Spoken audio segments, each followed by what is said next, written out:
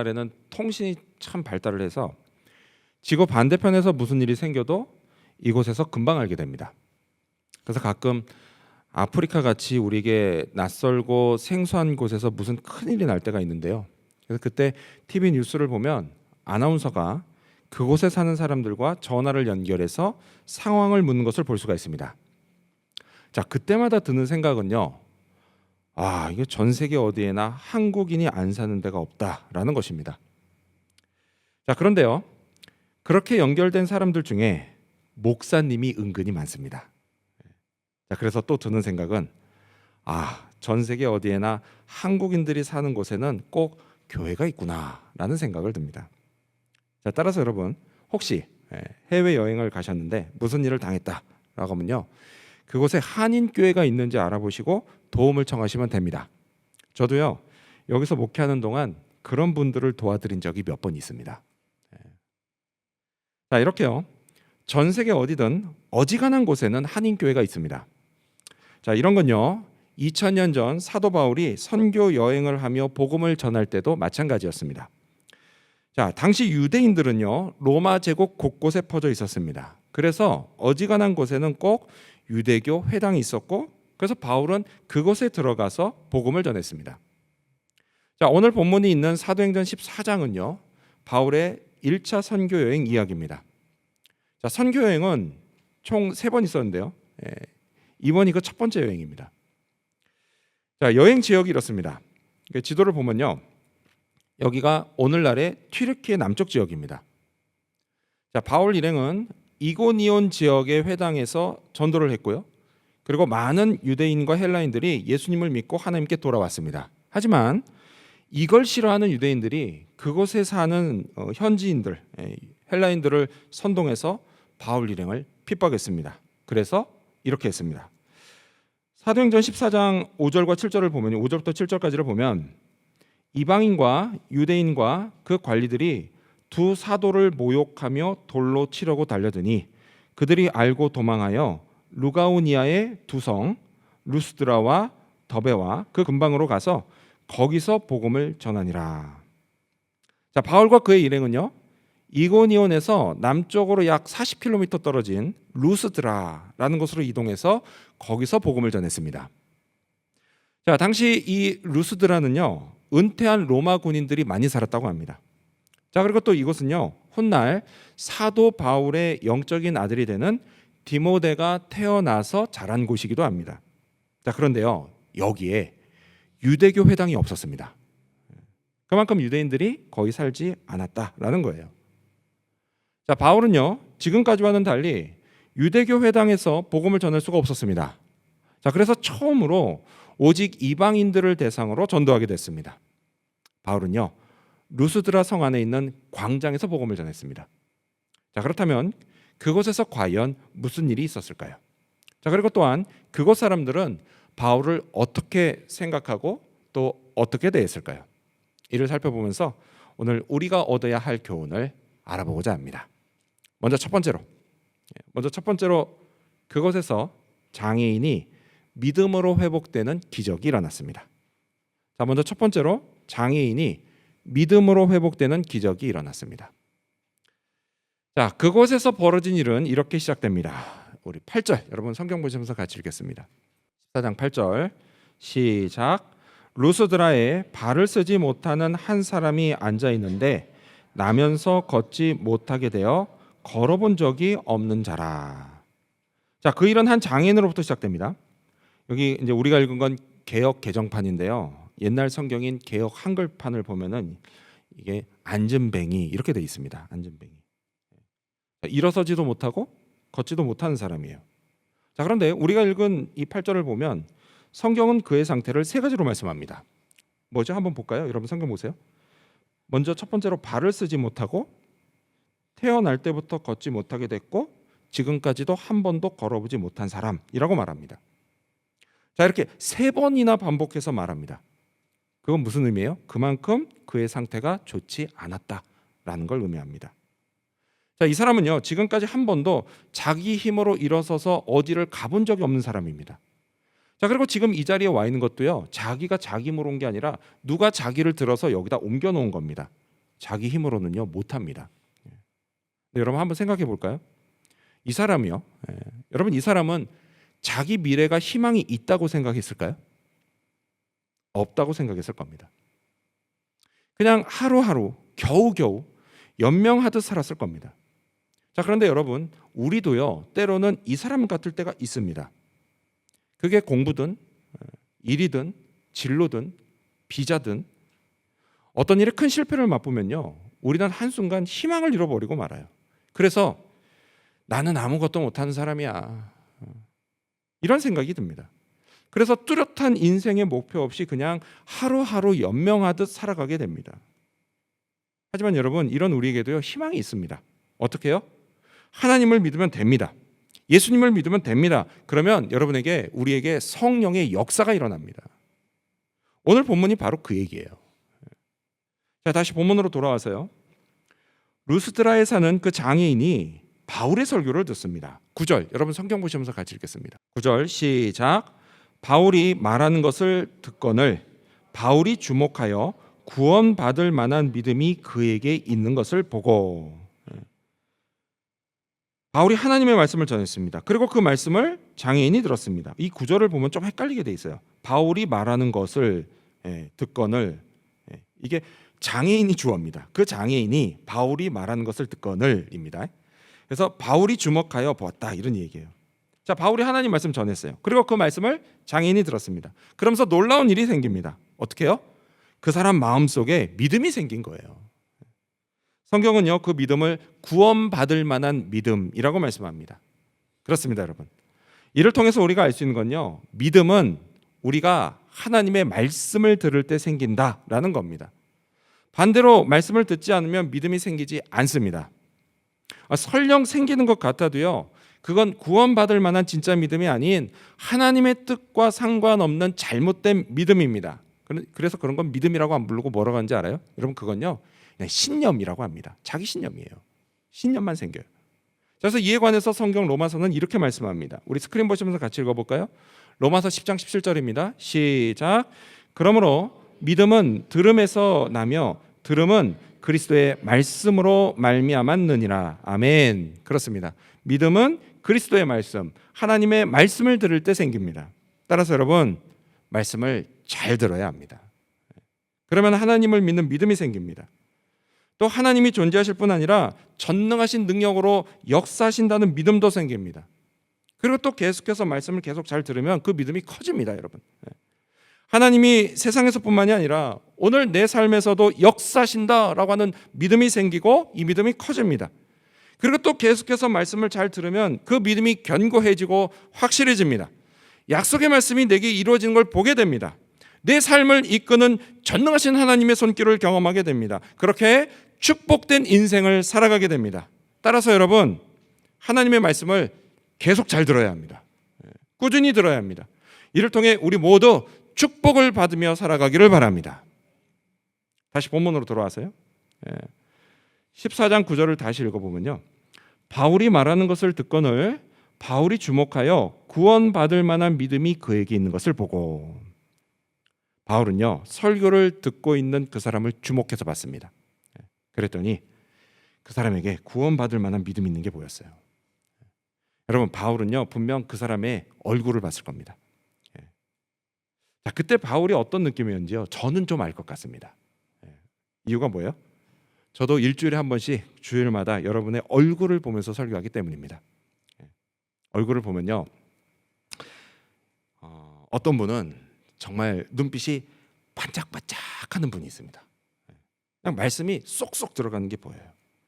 또 어떤 분은요 이게 무슨 말인가 그런 눈빛도 있고요. 또 어떤 분은 이게 언제 끝나나 이런 눈빛도 있습니다. 또 어떤 분은요 입신하기 직전의 눈빛도 있습니다. 자, 그래도요 이런 눈빛들은 다 말씀을 튕겨내지 않고 받으려고 그냥 나름대로 애쓰는 그런 눈빛들입니다. 여러분 이 앞에 서면요 다 보입니다. 지금 말씀을 듣고 있는 건지 아닌지 다 보여요. 여러분 이렇게 설교자도 보이는데요 하물며 주님이 안 보이시겠습니까? 여러분 주님이 다 보세요. 그것도 오늘 성경에 나온 것처럼 주목해서 보십니다. 주님은 설교를 통해서든지 아니면 큐티를 통해서든지 내게 주시는 하나님의 말씀을 우리가 듣고 있는지 아닌지 주목해서 보십니다. 그리고 말씀을 잘 들어서 믿음이 생기고 커지는 사람에게는 이 장애인에게 하신 것처럼 기적이 일어나게 하십니다. 여러분은 주님이 여러분에게 기적을 일으키실 수 있다는 사실을 믿으십니까? 아멘. 아멘 하신 분만 일어날 줄로 믿습니다. 여러분 믿으세요. 믿으셔야 됩니다. 왜요? 여러분 우리 주님은 전능하십니다. 여러분 하나님께는요 못하실 일이 없습니다. 여러분 하나님이 이렇게 말씀하셨습니다. 예레미야 32장 27절을 보면 나는 여호와요 모든 육체의 하나님이라 내게 할 수 없는 일이 있겠느냐. 아멘. 없습니다. 없어요. 저와 여러분을 비롯한 모든 사람에게 주님이 얼마든지 기적을 일으키실 수가 있습니다. 발을 쓰지 못하는 사람, 자기 힘으로 한 번도 일어서고 걸어본 적이 없는 사람, 앞으로도 그럴 가능성이 전혀 없는 사람, 희망이라고는 단 1도 없는 사람, 그런 사람도 말씀을 듣고 믿음으로 구원을 받았습니다. 자리에서 벌떡 일어나 걷게 됐습니다. 이처럼 주님은요 쓰디쓴 실패를 맛보고 쓰러져서 넘어져 있는 우리도 얼마든지 다시 일어서게 하십니다. 자기가 참 못났다고 생각하는 우리 자신의 생각을 완전히 바꾸십니다. 무기력한 삶에 활력을 주십니다. 살아갈 힘을 주십니다. 꺼진 줄 알았던 미래의 희망, 내일의 희망이 다시 피어오르게 하십니다. 그리고 내일을 향해서 다시 걸어가게 하십니다. 잊지 마십시오, 여러분. 우리 주님께는 불가능이 없습니다. 우리가 믿을 때 주님의 능력이 나타납니다. 불가능의 벽이 무너집니다. 현실, 믿음이 현실이 됩니다. 여러분 이 사실도 믿으시기 바랍니다. 이러한 믿음으로 하나님의 말씀을 꾸준히 잘 듣고 믿는 저와 여러분이 되시기를 축원합니다. 두 번째로 그곳 사람들은 바울을 신으로 숭배하라고 했습니다. 두 번째로 그곳 사람들은 바울을 신으로 숭배하라고 했습니다. 자, 11절과 12절 여러분 성경 보시면서 읽겠습니다. 시작. 무리가 바울이 한 일을 보고 루가오니아 방언으로 소리질러 이르되 신들이 사람의 형상으로 우리 가운데 내려오셨다 하여 바나바는 제우스라 하고 바울은 그 중에 말하는 자이므로 헤르메스라 하더라. 자, 태어날 때부터 못 걷는 장애인이 네 발로 일어서라 라고 하는 바울의 말 한마디에 벌떡 일어나서 걷습니다. 그러자 그걸 본 사람들이 그냥 깜짝 놀랍니다. 그래서요 그 사람들이 자기도 모르게 자기네 나라 말로 소리쳤습니다. 근데 우리도 그러잖아요. 우리도 살기는 호주에 살지만요 깜짝 놀랄 때는 한국말로 소리칩니다. 어이구, 어머 깜짝이야, 어우 이러죠. 어떤 사람은 오 마이 갓 뭐 이러. 그러면 속으로 그러죠. 쟤는 뭐냐? 뭐 이런 생각을 합니다. 사실 자기 나라 말로 깜짝 놀라는 게 자연스러운 거죠. 이때 이 사람들도 그랬다는 거예요. 그런데 문제가 뭐냐? 바울이 로마어도 알고 헬라어도 알고 히브리어도 알고 아람어도 아는데 이 동네 말을 몰랐습니다. 그래서 이 사람들이 지금 뭐라고 하는지 이때 당시는 몰랐습니다. 이 순간에는. 자, 근데 사람들이 한 말이 뭐냐? 사람들이 한 말이 성경에 나오죠. 신들이 사람의 형상으로 사람의 모습으로 우리 가운데 내려왔다 이렇게 외쳤습니다. 자, 그들이 볼 때 바울은요 대단한 존재였어요. 그렇죠? 안증뱅이를 일어나서 걷게 했으니 이거 당연히 그렇게 보이는 겁니다. 여러분 제가 어릴 적에요 1980년대만 해도 길에서 사람들을 잔뜩 모아놓고 약을 파는 사람이 있었습니다. 근데 그냥 팔지 않았어요. 어떻게 했냐? 팔기 전에 먼저 누굴 고쳐주는 그런 쇼를 했습니다. 여러분 제가 아직도 생생히 기억나는 장면이 있어요. 그 어릴 적에 봤는데 약장사가요 막 이렇게 모여있는 사람들을 보면서 여러분 중에 아픈 사람은 이 앞으로 나오십시오 이렇게 얘기했습니다. 그랬더니 한 사람이 목발을 짚고 나오는 거예요. 그러면서 자기는 어릴 적에 소아마비를 알아서 그때부터 지금까지 평생 목발을 짚고 산다 이렇게 말을 했습니다. 자, 그래서 그 사람이 어떻게 됐을까요? 약장사가요 일단 그 사람을 눕혀놨습니다. 그리고 막 이런저런 질문을 합니다. 어디가 아프냐, 뭐 어떻게 아프냐, 언제부터 그랬냐, 어디부터 시작됐냐 이렇게 질문합니다. 그러면서요 한 번씩 기합을 넣으면서 다리 여기저기를 맞았습니다. 했습니다.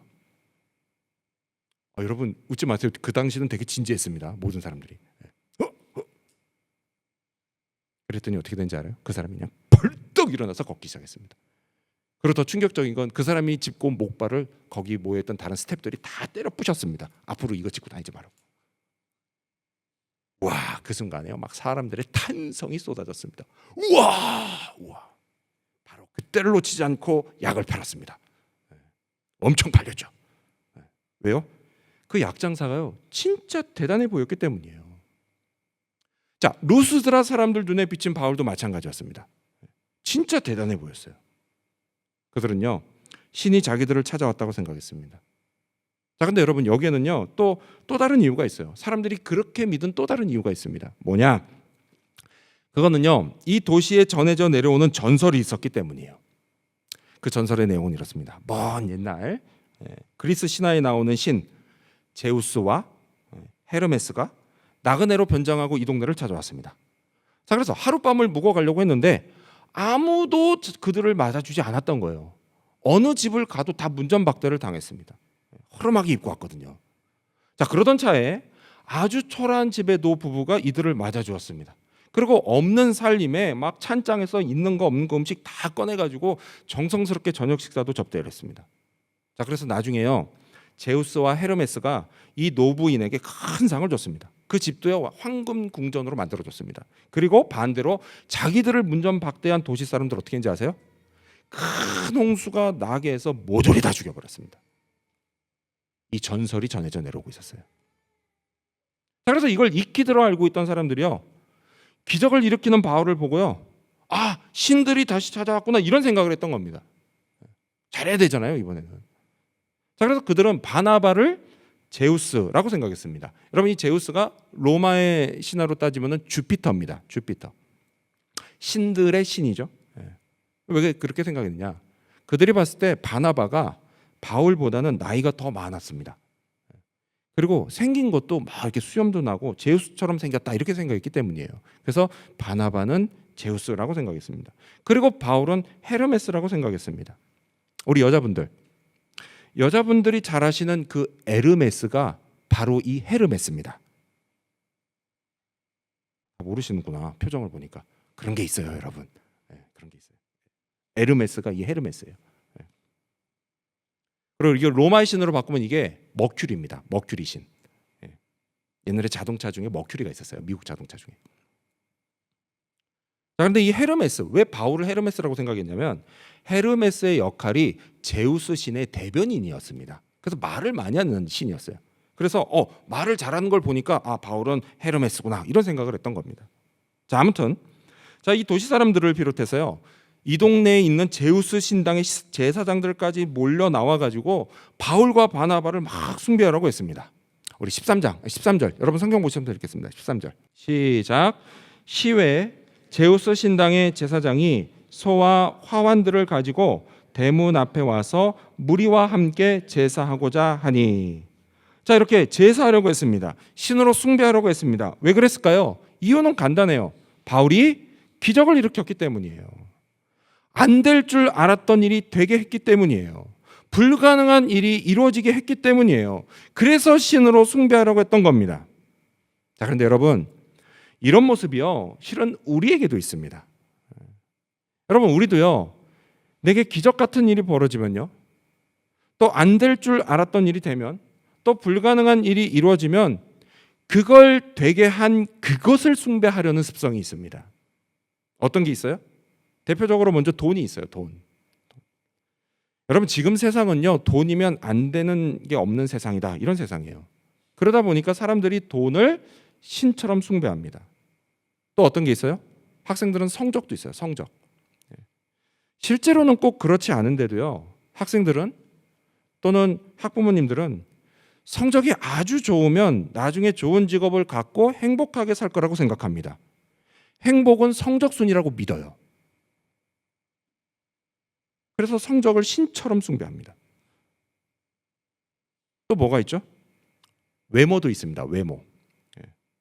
남들보다 더 예쁘거나 잘생기면 또는 그런 여자나 남자와 결혼을 하면 인생이 행복할 거라고 생각합니다. 근데 사실 행복은 외모에 달려있지 않은데도 그래요. 근데 그럼에도 불구하고 외모를 신처럼 숭배합니다. 그래서 우리의 관심이요 온통 돈이나 성적 또는 외모 같은 것들에 있습니다. 그것들이 생기면 너무 좋아하고 그것들 자체를 마치 신처럼 숭배합니다. 하지만 여러분, 우리가 잊지 말아야 할 게 있어요. 뭐냐? 그거는요, 이런 것들은 다 하나님이 주신 것이다 라는 사실이에요. 그래서 우리의 관심이 이런 것들이 아니라 이런 것들을 주신 하나님께 있어야 한다라는 사실이에요. 그리고 이런 것들이 아니라 이런 것들을 주신 하나님을 좋아하고 감사해야 한다는 사실입니다. 여러분, 그게 정상입니다. 어린 딸이 있었습니다. 어린 딸. 이 어린 딸이 꼭 사고 싶은 장난감이 있었어요. 인형이 있었어요. 그리고 아빠가 그걸 알았습니다. 그걸 알아가지고 딸에게 돈을 줬어요. 그랬더니 딸이 아빠가 아니라 그 돈에다 대고 고맙다고 막 뽀뽀를 하는 겁니다. 우리 아빠 최고! 이래야 되는데 내 돈 최고! 이러는 거예요. 그러면 아빠가 뭐가 되겠습니까? 이거 정상이 아니에요. 정상이 아니에요. 마찬가지로요, 여러분, 우리가 돈이나 성적이나 외모 같은 하나님이 주신 것들에만 관심을 쏟고 심지어 그것들을 신처럼 숭배하면 하나님이 뭐가 되시겠습니까? 이거 정상이 아니에요. 여러분, 우리는요, 하나님을 기뻐해야 합니다. 하나님께 감사해야 합니다. 오직 하나님만 높이고 경배해야 합니다. 그게 하나님께 좋은 것들을 받은 우리에게 마땅한 일입니다. 다시 본문으로 돌아와서요, 자기를 숭배하려고 하는 사람들을 말리며 바울이 이렇게 외칩니다. 15절을 보면 이르되 여러분이요 어찌하여 이러한 일을 하느냐? 여러분에게 복음을 전하는 것은 이런 헛된 일을 버리고 천지와 바다와 그 가운데 만물을 지으시고 살아계신 하나님께로 돌아오게 함이라. 이렇게 외칩니다. 그렇습니다, 여러분. 이게 바로 복음이 전해진 이유예요, 이들에게. 그리고 여러분, 이건 마찬가지로 복음이 우리에게 전해진 이유이기도 합니다. 복음이 우리에게 왜 전해졌어요? 우리가 하나님께 돌아오게 하려고 전해진 겁니다.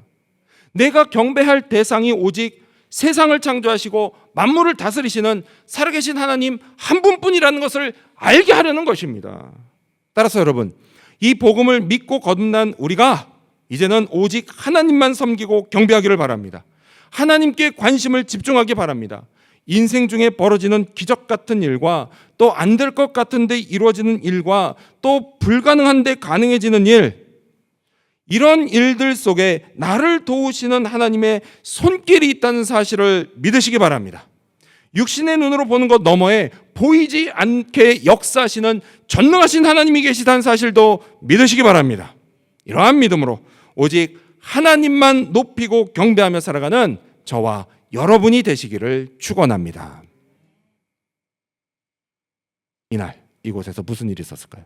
마지막 세 번째로 바울은 자기를 숭배하지 못하게 했습니다. 마지막 세 번째로 바울은 자기를 숭배하지 못하게 했습니다.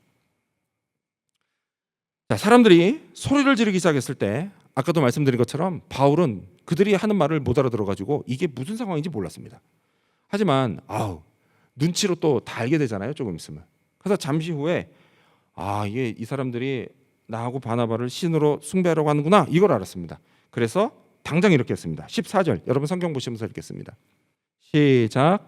두 사도 바나바와 바울이 듣고 옷을 찢고 무리 가운데 뛰어 들어가서 소리질러.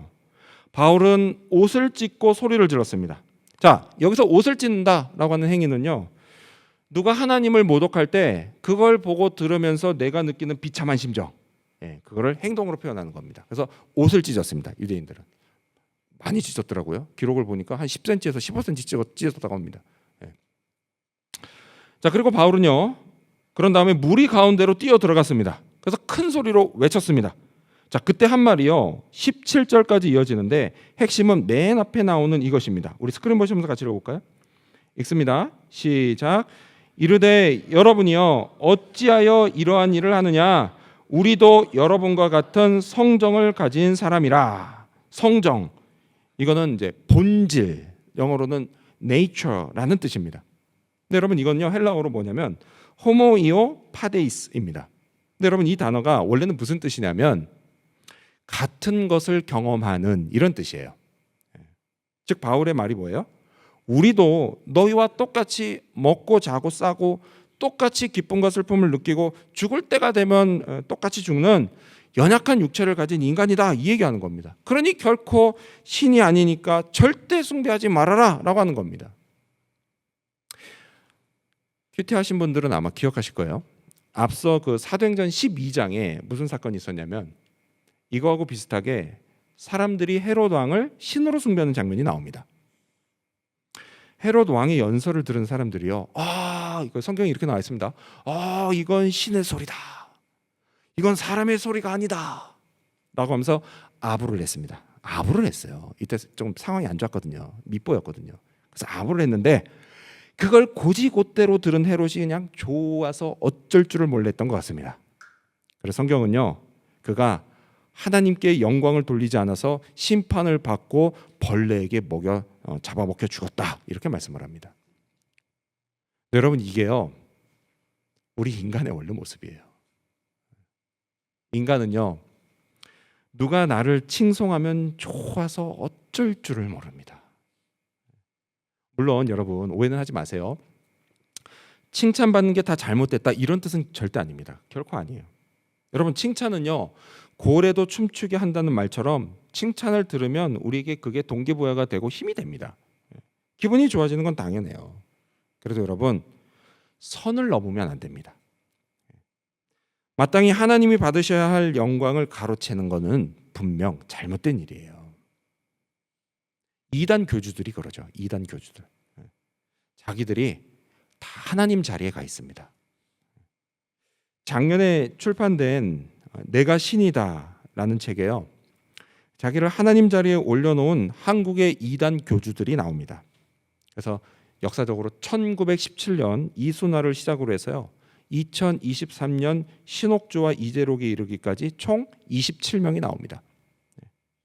이들이요, 자기 앞에서 열광하는 신도들을 보면서 좋아하고 그걸 즐기는 모습을 보면요, 진짜 기가 막혀서 말이 안 나옵니다. 여러분, 저는요, 이들이 처음부터 저 지경은 아니었을 거라고 생각합니다. 처음에는요, 작은 거짓말로 시작했을 겁니다. 근데 그 말에 속은 사람들이 자기를 존경하는 눈빛으로 보는 게 좋았을 거예요. 그래서 점점 더 교묘하게 자기를 신격화했습니다. 근데 그러면 그럴수록 사람들이 더 자기를 하나님처럼 막 떠받들어 주니까 점점 더 말도 안 되게 자기를 신격화했습니다. 이런 악순환이 반복되고 결국 저지경이 됐다라고 저는 생각합니다.